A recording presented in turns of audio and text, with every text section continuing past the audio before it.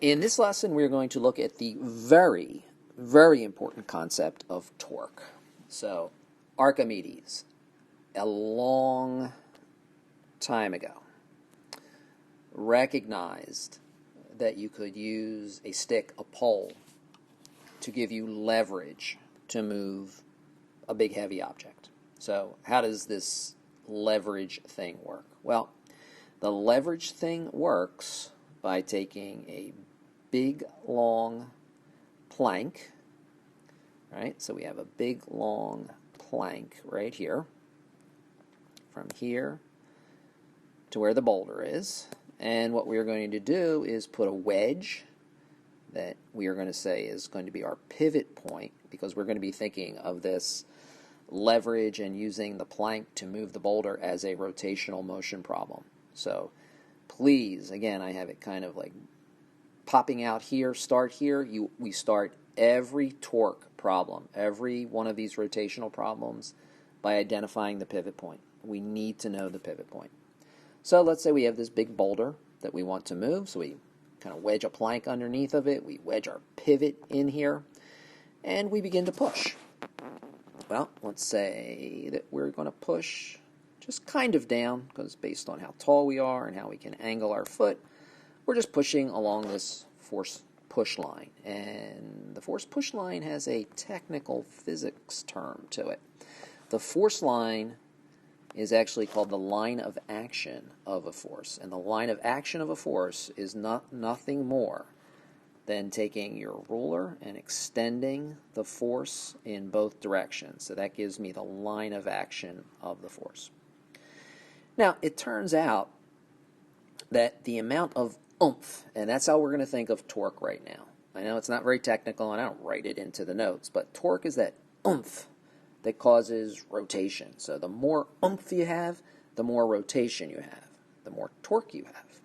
So it was realized, Archimedes realized, that if we had a long plank, so if the lever arm distance, which we're going to define technically in a moment, but basically a long plank and even a small force could give us a lot of oomph. Well, let's see how this works.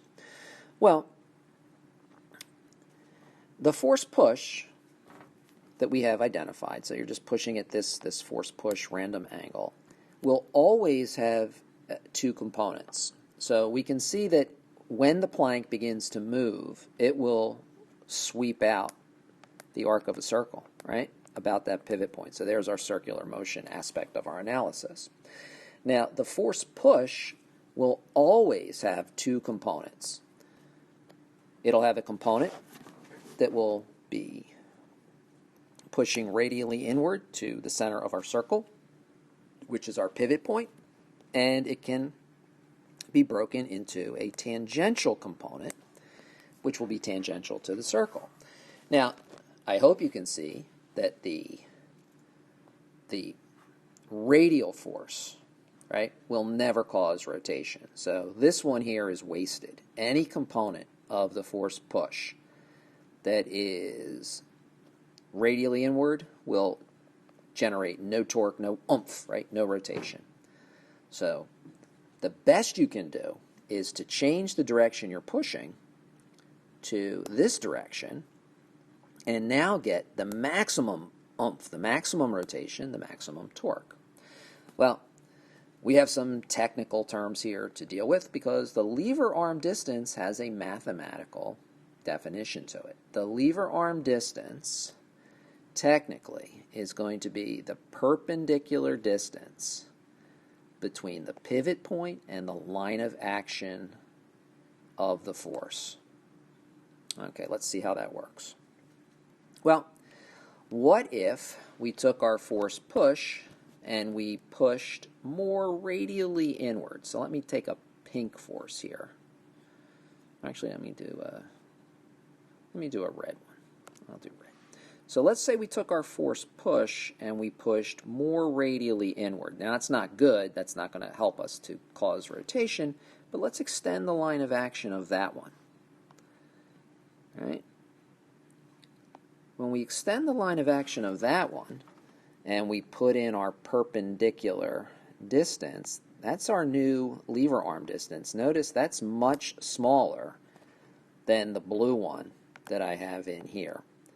So the more your force push goes into radial, the smaller your lever arm distance becomes, until notice that when force push, if we were really going to be silly, cause no rotation, just push radially inward, the line of action goes right through the pivot point. There is no lever arm distance.